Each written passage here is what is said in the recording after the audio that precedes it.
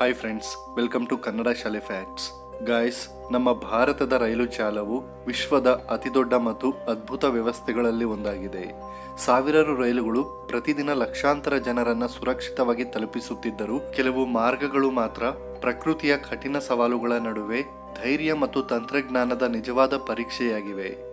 ಎತ್ತರದ ಪರ್ವತಗಳು, ಆಳವಾದ ಕಣಿವೆಗಳು, ಕುದಿಯುವ ಸಮುದ್ರ ಅಲೆಗಳು ಮತ್ತು ಭೂಕುಸಿತಗಳ ಭಯ.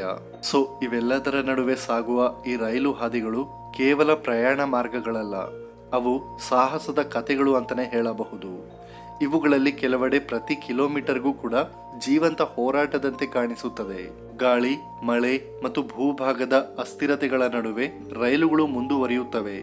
ಪ್ರಕೃತಿಗೆ ಎದುರಾಗಿ ಮಾನವನ ಇಚ್ಛಾಶಕ್ತಿ ಹೇಗೆ ಜಯಿಸುತ್ತದೆ ಎಂಬುದಕ್ಕೆ ಜೀವಂತ ಸಾಕ್ಷಿಯಾಗಿ. ಇದೇ ರೀತಿಯಲ್ಲಿ ಭಾರತದಲ್ಲಿನ 5 ಅತ್ಯಂತ ಅಪಾಯಕಾರಿ ರೈಲು ಮಾರ್ಗಗಳ ರೋಮಾಂಚಕ ಮತ್ತು ಭಯಾನಕ ಲೋಕವನ್ನ ಈಗ ನಾವು ಒಂದೊಂದಾಗಿ ನೋಡೋಣ. ವಿಡಿಯೋ ತುಂಬಾ ಇಂಟ್ರೆಸ್ಟಿಂಗ್ ಮತ್ತು ಇನ್ಫಾರ್ಮೇಟಿವ್ ಆಗಿರುತ್ತೆ. ಎಲ್ಲೂ ಸ್ಕಿಪ್ ಮಾಡದೆ ಕೊನೆವರೆಗೂ ನೋಡಿ. ಗಾಯ್ಸ್, ಪಂಬನ್ ಸೇತುವೆ ರೈಲು ಮಾರ್ಗವು ಭಾರತದ ಇಂಜಿನಿಯರಿಂಗ್ ಅದ್ಭುತಗಳಲ್ಲಿ ಒಂದಾಗಿ ಪರಿಗಣಿಸಲಾಗುತ್ತದೆ. ಇದು ರಾಮೇಶ್ವರಂ ದ್ವೀಪವನ್ನ ಭಾರತದ ಮುಖ್ಯ ಭೂಭಾಗದೊಂದಿಗೆ ಸಂಪರ್ಕಿಸುವ ಸಮುದ್ರದ ಮೇಲಿನ ಸೇತುವೆಯ ಮೂಲಕ ಸಾಗುತ್ತದೆ. ನಿಮಗೆ ಗೊತ್ತಾ, ಈ ರೈಲು ಸಾಗುವಾಗ 2 ಬದಿಯಲ್ಲೂ ನೇರವಾಗಿ ಅರಬ್ಬಿ ಸಮುದ್ರದ ನೀರು ಕಾಣುವುದರಿಂದ ಇದು ಸಾಮಾನ್ಯ ರೈಲು ಪ್ರಯಾಣಕ್ಕಿಂತ ಸಂಪೂರ್ಣ ವಿಭಿನ್ನ ಅನುಭವ ನೀಡುತ್ತದೆ. ಆದರೆ ಇದೇ ಸುಂದರತೆಯ ಹಿಂದೆ ದೊಡ್ಡ ಸವಾಲುಗಳು ಅಡಗಿವೆ. ಈ ಸೇತುವೆ ಸಮುದ್ರದ ಮಧ್ಯದಲ್ಲಿರುವುದರಿಂದ ಬಲವಾದ ಸಮುದ್ರ ಗಾಳಿಗಳು ಮತ್ತು ಅಲೆಗಳು ನಿರಂತರವಾಗಿ ಅದರ ಮೇಲೆ ಪರಿಣಾಮ ಬೀರುತ್ತವೆ. ವಿಶೇಷವಾಗಿ ಚಂಡಮಾರುತ ಅಥವಾ ಕಡಲ ಕದನದ ಸಮಯದಲ್ಲಿ ಗಾಳಿಯ ವೇಗ ಅತಿಯಾಗಿ ಹೆಚ್ಚಾಗಿ ಸೇತುವೆಯ ಸ್ಥಿರತೆಗೆ ಧಕ್ಕೆ ಉಂಟಾಗುವ ಸಾಧ್ಯತೆ ಇರುತ್ತದೆ. ಇಂತಹ ಸಂದರ್ಭಗಳಲ್ಲಿ ರೈಲು ಸಂಚಾರವನ್ನ ತಾತ್ಕಾಲಿಕವಾಗಿ ನಿಲ್ಲಿಸುವ ಅಗತ್ಯವೂ ಬರುತ್ತದೆ. ಜೊತೆಗೆ ಉಪ್ಪು ನೀರಿನ ಪ್ರಭಾವದಿಂದ ಸೇತುವೆಯ ಲೋಹ ಭಾಗಗಳು ನಿಧಾನವಾಗಿ ಕರಗುವ ಸಾಧ್ಯತೆ ಇದ್ದು ನಿರಂತರ ನಿರ್ವಹಣೆ ಅತ್ಯಂತ ಅಗತ್ಯವಾಗುತ್ತದೆ. ಇನ್ನೊಂದು ಪ್ರಮುಖ ಸವಾಲು ಎಂದರೆ ಈ ಸೇತುವೆಯ ಸ್ಥಳೀಯ ಸ್ಥಿತಿ. ಇದು ಸಂಪೂರ್ಣವಾಗಿ ಸಮುದ್ರದ ನಡುವೆ ಇರುವುದರಿಂದ ಯಾವುದೇ ತಾಂತ್ರಿಕ ದೋಷ, ಟ್ರ್ಯಾಕ್ ಹಾನಿ ಅಥವಾ ತುರ್ತು ಸಮಸ್ಯೆ ಉಂಟಾದರೆ ತಕ್ಷಣವೇ ದುರಸ್ತಿ ಮಾಡುವುದು ಸುಲಭವಲ್ಲ. ತುರ್ತು ಸಹಾಯ ತಂಡಗಳು ಕೂಡ ಹವಾಮಾನ ಮತ್ತು ನೀರಿನ ಪರಿಸ್ಥಿತಿಗಳ ಮೇಲೆ ಅವಲಂಬಿತವಾಗಿರುತ್ತವೆ. ಆದ್ದರಿಂದ ಇಲ್ಲಿ ರೈಲು ಚಾಲನೆ ಮಾಡುವಾಗ ಅತ್ಯಂತ ಎಚ್ಚರಿಕೆ, ನಿಖರ ನಿರ್ವಹಣೆ ಮತ್ತು ಹವಾಮಾನ ಮುನ್ಸೂಚನೆಗಳ ಮೇಲೆ ಕಟ್ಟುನಿಟ್ಟಾದ ನಿಯಂತ್ರಣ ಅಗತ್ಯವಾಗುತ್ತದೆ. ಈ ಎಲ್ಲಾ ಕಾರಣಗಳಿಂದ ಪಂಬನ್ ಸೇತುವೆ ಮಾರ್ಗವು ಒಂದು ಕಡೆ ಪ್ರವಾಸಿಗರಿಗೆ ಅದ್ಭುತ ದೃಶ್ಯಾನುಭವ ನೀಡಿದರೂ ಮತ್ತೊಂದು ಕಡೆ ಇದು ಪ್ರಕೃತಿ ಶಕ್ತಿಗಳೊಂದಿಗೆ ನಿರಂತರವಾಗಿ ಹೊಂದಾಣಿಕೆ ಮಾಡಿಕೊಳ್ಳಬೇಕಾದ ಅತ್ಯಂತ ಸೂಕ್ಷ್ಮ ಮತ್ತು ಅಪಾಯಕಾರಿ ರೈಲು ಮಾರ್ಗವಾಗಿದೆ. ಗಾಯ್ಸ್, ನಿಮ್ಮಲ್ಲಿ ಎಷ್ಟು ಜನ ಈ ಪಂಬನ್ ಸೇತುವೆ ಮೇಲೆ ಪ್ರಯಾಣಿಸಿದ್ದೀರಿ ಅಂತ ಕೆಳಗೆ ಕಾಮೆಂಟ್ ಮಾಡಿ ತಿಳಿಸಿ. ಕೊಂಕಣ ರೈಲು ಮಾರ್ಗವು ಭಾರತದ ಅತ್ಯಂತ ಸಂಕೀರ್ಣ ಮತ್ತು ಇಂಜಿನಿಯರಿಂಗ್ ದೃಷ್ಟಿಯಿಂದ ಅದ್ಭುತವಾದ ರೈಲು ಯೋಜನೆಗಳಲ್ಲಿ ಒಂದಾಗಿದೆ. ಇದು ಅರಬ್ಬಿ ಸಮುದ್ರದ ತೀರಕ್ಕೆ ಸಮಾಂತರವಾಗಿ ಸಾಗುತ್ತಾ ಮಹಾರಾಷ್ಟ್ರ, ಗೋವಾ ಮತ್ತು ಕರ್ನಾಟಕದ ಕರಾವಳಿ ಪ್ರದೇಶಗಳಲ್ಲಿ ಸಂಪರ್ಕಿಸುತ್ತದೆ. ಈ ಪ್ರದೇಶದ ಭೌಗೋಳಿಕ ಸ್ವಭಾವವೇ ಇದನ್ನ ವಿಶೇಷವಾಗಿ ಕಠಿಣವಾಗಿಸಿದೆ. ಒಂದು ಕಡೆ ಎತ್ತರವಾದ ಸಹ್ಯಾದ್ರಿ ಪರ್ವತಗಳು, ಮತ್ತೊಂದು ಕಡೆ ಆಳವಾದ ಕಣಿವೆಗಳು, ನದಿಗಳು ಮತ್ತು ತೇವಭರಿತ ಮಣ್ಣು. ಇದೇ ಕಾರಣದಿಂದ ರೈಲು ಮಾರ್ಗವನ್ನು ನಿರ್ಮಿಸುವುದು ಅತ್ಯಂತ ಕಷ್ಟಕರವಾಗಿದ್ದು ಅನೇಕ ಸುರಂಗಗಳು, ಎತ್ತರದ ಸೇತುವೆಗಳು ಮತ್ತು ಕತ್ತರಿಸಿದ ಪರ್ವತ ಮಾರ್ಗಗಳನ್ನು ಬಳಸಲಾಗಿದೆ. ಈ ಮಾರ್ಗದ ಪ್ರಮುಖ ಸವಾಲು ಮಳೆಗಾಲ. ಇಲ್ಲಿ ಮಳೆ ಅತ್ಯಂತ ಭಾರಿಯಾಗಿ ಸುರಿಯುತ್ತದೆ ಮತ್ತು ಮಣ್ಣು ನೀರಿನಿಂದ ತುಂಬಿ ಸಡಿಲವಾಗುತ್ತದೆ. ಇದರ ಪರಿಣಾಮವಾಗಿ ಭೂಕುಸಿತಗಳು ಅಂದ್ರೆ ಲ್ಯಾಂಡ್ ಸ್ಲೈಡ್ ಸಂಭವಿಸುವ ಸಾಧ್ಯತೆ ತುಂಬಾ ಹೆಚ್ಚಾಗುತ್ತದೆ. ಪರ್ವತಗಳಿಂದ ಕಲ್ಲುಗಳು ಮತ್ತು ಮಣ್ಣು ಹಳಿ ಮೇಲೆ ಬೀಳಬಹುದು. ಇದರಿಂದ ರೈಲು ಸಂಚಾರ ತಾತ್ಕಾಲಿಕವಾಗಿ ನಿಲ್ಲಬೇಕಾಗುತ್ತದೆ. ಕೆಲವೊಮ್ಮೆ ದೊಡ್ಡ ಪ್ರಮಾಣದ ಮಣ್ಣು ಕುಸಿತದಿಂದ ಹಳಿಯೇ ಹಾನಿಯಾಗುವ ಪರಿಸ್ಥಿತಿಯೂ ಉಂಟಾಗುತ್ತದೆ. ಇದನ್ನ ಸರಿಪಡಿಸಲು ಭಾರಿ ಮಾನವ ಶಕ್ತಿ ಮತ್ತು ಸಮಯ ಬೇಕಾಗುತ್ತದೆ. ಈ ಮಾರ್ಗದಲ್ಲಿ ಇರುವ ಸುರಂಗಗಳು ಅಂದ್ರೆ ಟನಲ್ಸ್ ಮತ್ತು ಸೇತುವೆಗಳು ಸಹ ಅದರ ಸಂಕೀರ್ಣತೆಯನ್ನು ಹೆಚ್ಚಿಸುತ್ತವೆ. ಕೆಲವು ಸುರಂಗಗಳು ಹಲವು ಕಿಲೋಮೀಟರ್ ಉದ್ದವಾಗಿದ್ದು ಒಳಗೆ ಬೆಳಕು ಕಡಿಮೆ ಮತ್ತು ತೇವಾಂಶ ಹೆಚ್ಚು ಇರುತ್ತದೆ. ಇದರಿಂದ ರೈಲು ಚಾಲಕರು ವಿಶೇಷ ಎಚ್ಚರಿಕೆಯಿಂದ ವೇಗವನ್ನು ನಿಯಂತ್ರಿಸಬೇಕು.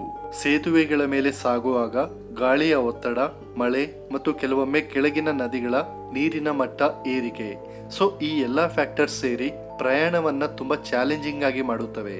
ಇನ್ನೊಂದು ಪ್ರಮುಖ ಅಂಶವೆಂದರೆ ಈ ಮಾರ್ಗವು ಸಂಪೂರ್ಣವಾಗಿ ಪ್ರಕೃತಿಯ ನಡುವೆ ಇರುವುದರಿಂದ ತುರ್ತು ಸಂದರ್ಭಗಳಲ್ಲಿ ಸಹಾಯ ತಲುಪುವುದು ಕೂಡ ತಕ್ಷಣ ಸಾಧ್ಯವಾಗುವುದಿಲ್ಲ. ಹೀಗಾಗಿ ನಿರಂತರ ಪರಿಶೀಲನೆ, ಭೂಕುಸಿತ ಮುನ್ಸೂಚನೆ ವ್ಯವಸ್ಥೆ ಮತ್ತು ಹವಾಮಾನ ನಿಗಾವಳಿ ಅತ್ಯಂತ ಅಗತ್ಯವಾಗಿರುತ್ತದೆ. ಆದರೂ ಇಂಡಿಯನ್ ರೈಲ್ವೇಸ್ ಈ ಮಾರ್ಗದಲ್ಲಿ ಅತ್ಯಾಧುನಿಕ ಸುರಕ್ಷತಾ ಕ್ರಮಗಳನ್ನು ಅಳವಡಿಸಿ ಪ್ರಯಾಣಿಕರ ಸುರಕ್ಷತೆಯನ್ನು ಕಾಪಾಡುತ್ತಿದೆ.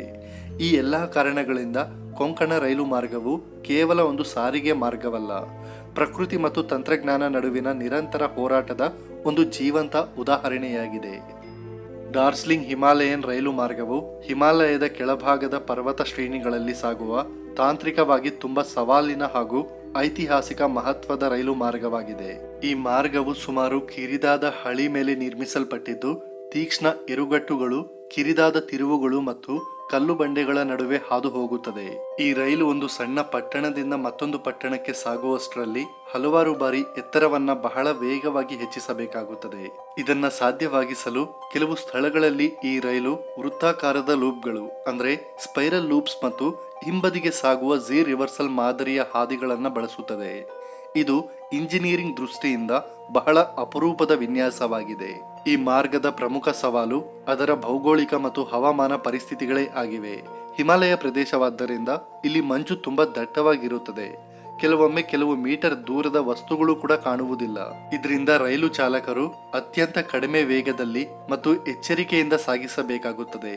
ಮಳೆಯ ಸಮಯದಲ್ಲಿ ಭೂಮಿ ಸಡಿಲವಾಗುವುದರಿಂದ ಸಣ್ಣ ಭೂಕುಸಿತಗಳು ಸಂಭವಿಸಬಹುದು. ಕಲ್ಲುಗಳು ಮತ್ತು ಮಣ್ಣು ಹಳಿ ಮೇಲೆ ಬಿದ್ದು ಸಂಚಾರಕ್ಕೆ ಅಡ್ಡಿಯಾಗಬಹುದು. ಜೊತೆಗೆ ತೀವ್ರ ಏರುಗಟ್ಟಿನ ಕಾರಣದಿಂದ ರೈಲು ಇಂಜಿನ್ಗಳು ಹೆಚ್ಚು ಶಕ್ತಿಯಿಂದ ಕೆಲಸ ಮಾಡಬೇಕಾಗುತ್ತದೆ.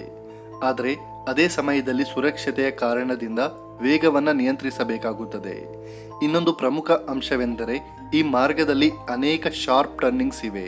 ಕೆಲವು ಕಡೆಗಳಲ್ಲಿ ರೈಲು ಬಹಳ ನಿಧಾನವಾಗಿ ತಿರುಗಬೇಕು, ಇಲ್ಲದಿದ್ದರೆ ಹಳಿ ತಪ್ಪುವ ಅಪಾಯ ಉಂಟಾಗಬಹುದು.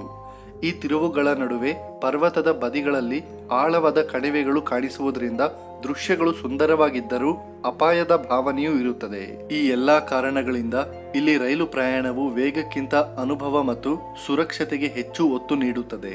ಇದರ ಜೊತೆಗೆ ಇಂಡಿಯನ್ ರೈಲ್ವೇಸ್ ನಿರಂತರವಾಗಿ ಹಳಿ ನಿರ್ವಹಣೆ, ಮಳೆಗಾಲದ ಮುನ್ನೆಚ್ಚರಿಕೆ ಮತ್ತು ಭೂಕುಸಿತ ತಡೆ ಕ್ರಮಗಳನ್ನು ಕೈಗೊಳ್ಳುತ್ತದೆ. ಆದರೂ ಪ್ರಕೃತಿಯ ಅಸ್ಥಿರತೆ ಇಲ್ಲಿ ಸದಾ ದೊಡ್ಡ ಸವಾಲಾಗಿಯೇ ಉಳಿಯುತ್ತದೆ. ಸೊ ಗಾಯ್ಸ್, ಈ ಎಲ್ಲಾ ಕಾರಣಗಳಿಂದ ಡಾರ್ಜಿಲಿಂಗ್ ಹಿಮಾಲಯನ್ ರೈಲು ಮಾರ್ಗವು ಕೇವಲ ಸಾರಿಗೆ ಮಾರ್ಗವಲ್ಲ, ಹಿಮಾಲಯದ ಕಠಿಣ ಪ್ರಕೃತಿಯ ನಡುವೆ ಮಾನವನ ಧೈರ್ಯ ಮತ್ತು ತಂತ್ರಜ್ಞಾನದ ಜೀವಂತ ಉದಾಹರಣೆಯಾಗಿದೆ. ನೀಲಗಿರಿ ಮೌಂಟೇನ್ ರೈಲು ಮಾರ್ಗವು ತಮಿಳುನಾಡಿನ ನೀಲಗಿರಿ ಪರ್ವತ ಪ್ರದೇಶಗಳ ಮಧ್ಯೆ ಸಾಗುವ ಅತ್ಯಂತ ವಿಶೇಷ ಮತ್ತು ತಾಂತ್ರಿಕವಾಗಿ ಸವಾಲಿನ ರೈಲು ಮಾರ್ಗವಾಗಿದೆ. ಈ ಮಾರ್ಗವು ಮೆಟ್ಟಪಾಳೆಯಂನಿಂದ ಊಟಿಗೆ ಏರುವಾಗ ಪರ್ವತಗಳ ತೀವ್ರ ಏರುಪೇರಿನ ಹಾದಿಗಳ ಮೂಲಕ ಸಾಗುತ್ತದೆ. ಸಾಮಾನ್ಯ ರೈಲುಗಳಿಗಿಂತ ಇಲ್ಲಿ ಹಳಿ ಬಹಳ ಎತ್ತರದ ಏರಿಕೆಯನ್ನು ಹೊಂದಿರುವುದರಿಂದ ರೈಲು ಸರಿಯಾಗಿ ಚಲಿಸಲು ರ್ಯಾಕ್ ಅಂಡ್ ಪಿನಿಯನ್ ಎಂಬ ವಿಶೇಷ ವ್ಯವಸ್ಥೆಯನ್ನು ಬಳಸಲಾಗುತ್ತದೆ. ಇದರಿಂದ ರೈಲು ಹಳಿಯ ಮಧ್ಯದಲ್ಲಿ ಇರುವ ದಂತಾಕಾರದ ಭಾಗವನ್ನು ಹಿಡಿದು ನಿಧಾನವಾಗಿ ಮೇಲಕ್ಕೆ ಏರಬಹುದು. ಈ ಮಾರ್ಗದಲ್ಲಿ ತೀವ್ರ ಏರುಗಟ್ಟಿನ ಜೊತೆಗೆ ಅನೇಕ ತಿರುವುಗಳು ಮತ್ತು ಸೇತುವೆಗಳು ಇವೆ. ಆದ್ದರಿಂದ ರೈಲು ನಿಯಂತ್ರಣ ಅತ್ಯಂತ ಮುಖ್ಯವಾಗುತ್ತದೆ. ವಿಶೇಷವಾಗಿ ಇಳಿಜಾರಿನಲ್ಲಿ ರೈಲು ಸುರಕ್ಷಿತವಾಗಿ ಇಳಿಯಲು ವಿಶೇಷ ಬ್ರೇಕಿಂಗ್ ವ್ಯವಸ್ಥೆ ಅಗತ್ಯವಾಗುತ್ತದೆ. ಈ ಬ್ರೇಕ್ಗಳು ಸರಿಯಾಗಿ ಕೆಲಸ ಮಾಡದಿದ್ದರೆ ಅಪಾಯ ಸಂಭವಿಸುವ ಸಾಧ್ಯತೆ ಇದೆ. ಆದ್ದರಿಂದ ಅವುಗಳನ್ನು ನಿರಂತರವಾಗಿ ಪರಿಶೀಲಿಸಲಾಗುತ್ತದೆ. ಜೊತೆಗೆ ಈ ರೈಲು ಮಾರ್ಗವು ಬಹಳ ಹಳೆಯದಾಗಿರುವುದರಿಂದ ಇಲ್ಲಿ ಬಳಸುವ ತಂತ್ರಜ್ಞಾನವು ಕೆಲವು ಮಟ್ಟಿಗೆ ಹಳೆಯದ್ದೇ ಆಗಿದೆ. ಇದರಿಂದ ಚಾಲಕರು ಮತ್ತು ತಾಂತ್ರಿಕ ಸಿಬ್ಬಂದಿ ಹೆಚ್ಚು ಎಚ್ಚರಿಕೆಯಿಂದ ಕೆಲಸ ಮಾಡಬೇಕಾಗುತ್ತದೆ. ಪರ್ವತ ಪ್ರದೇಶವಾದ್ದರಿಂದ ಇಲ್ಲಿ ಮಂಜು, ಮಳೆ ಮತ್ತು ತೇವಾಂಶವು ಹೆಚ್ಚು ಇರುತ್ತದೆ. ಇದು ಹಳಿ ಮತ್ತು ಯಂತ್ರಗಳ ಮೇಲೆ ಪರಿಣಾಮ ಬೀರುತ್ತದೆ. ಆದರೂ ಇಂಡಿಯನ್ ರೈಲ್ವೇಸ್ ಈ ಮಾರ್ಗದಲ್ಲಿ ಕಟ್ಟುನಿಟ್ಟಾದ ಸುರಕ್ಷತಾ ಕ್ರಮಗಳನ್ನು ಅನುಸರಿಸುವುದರಿಂದ ಪ್ರಯಾಣಿಕರು ಸುಂದರವಾದ ಪರ್ವತ ದೃಶ್ಯಗಳ ಜೊತೆಗೆ ಸುರಕ್ಷಿತ ಪ್ರಯಾಣವನ್ನ ಅನುಭವಿಸಬಹುದು. ಈ ಎಲ್ಲಾ ಕಾರಣಗಳಿಂದ ನೀಲಗಿರಿ ಮೌಂಟೇನ್ ರೈಲು ಮಾರ್ಗವು ಒಂದು ಕಡೆ ಆಕರ್ಷಕ ಪ್ರವಾಸಿ ಅನುಭವವಾಗಿದ್ದರೂ ಇನ್ನೊಂದು ಕಡೆ ಇದು ಇಂಜಿನಿಯರಿಂಗ್ ಮತ್ತು ಸುರಕ್ಷತೆಯ ದೃಷ್ಟಿಯಿಂದ ಅತ್ಯಂತ ಸೂಕ್ಷ್ಮ ಮತ್ತು ಸವಾಲಿನ ಮಾರ್ಗವಾಗಿದೆ. ಗಾಯ್ಸ್, ಜಮ್ಮು ಬಾರಾಮುಲ್ಲಾ ರೈಲು ಮಾರ್ಗವು ಕಾಶ್ಮೀರದ ಸುಂದರ ಆದರೆ ಕಠಿಣ ಪರ್ವತ ಪ್ರದೇಶಗಳಲ್ಲಿ ಸಾಗುವ ಅತ್ಯಂತ ಮಹತ್ವದ ಮತ್ತು ಸವಾಲಿನ ರೈಲು ಮಾರ್ಗವಾಗಿದೆ. ಈ ಮಾರ್ಗವು ಹಿಮಾಲಯದ ಪರ್ವತಗಳ ನಡುವೆ ಹಾದು ಹೋಗುವುದರಿಂದ ಇಲ್ಲಿ ಹವಾಮಾನ ಬಹಳ ತೀವ್ರವಾಗಿರುತ್ತದೆ.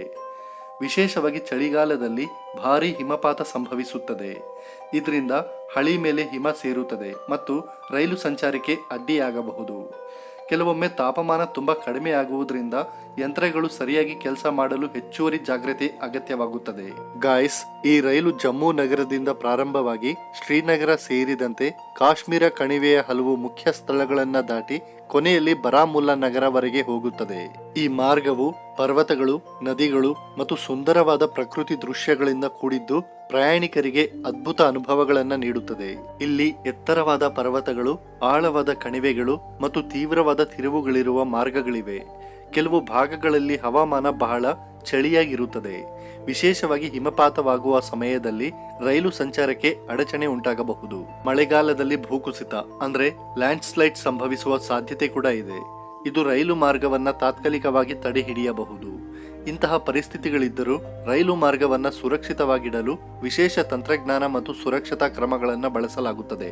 ಸೇತುವೆಗಳು, ಸುರಂಗಗಳು ಮತ್ತು ಬಲವಾದ ಹಳಿಗಳು ನಿರ್ಮಿಸಲಾಗಿದೆ.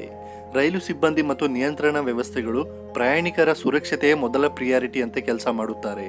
ಹೀಗಾಗಿ ಈ ರೈಲು ಮಾರ್ಗ ಸ್ವಾಭಾವಿಕ ಸವಾಲುಗಳಿಂದ ಕೂಡಿದ್ದರೂ ಅದನ್ನ ಅಪಾಯಕಾರಿ ಎಂದು ಹೇಳುವುದಕ್ಕಿಂತ ಸವಾಲಿನ ಮತ್ತು ಅದ್ಭುತ ಪ್ರಕೃತಿ ನಡುವೆ ಸಾಗುವ ಮಾರ್ಗ ಎಂದು ಹೇಳಬಹುದು. ಓಕೆ ಫ್ರೆಂಡ್ಸ್, ವಿಡಿಯೋ ಇಷ್ಟ ಆಗಿದ್ರೆ ಲೈಕ್ ಮಾಡಿ, ಶೇರ್ ಮಾಡಿ ಮತ್ತು ಸಬ್ಸ್ಕ್ರೈಬ್ ಮಾಡಿಕೊಂಡು ಸಪೋರ್ಟ್ ಮಾಡಿ. Thanks for watching. ಜೈ ಹಿಂದ್, ಜೈ ಕರ್ನಾಟಕ ಮಾತೆ.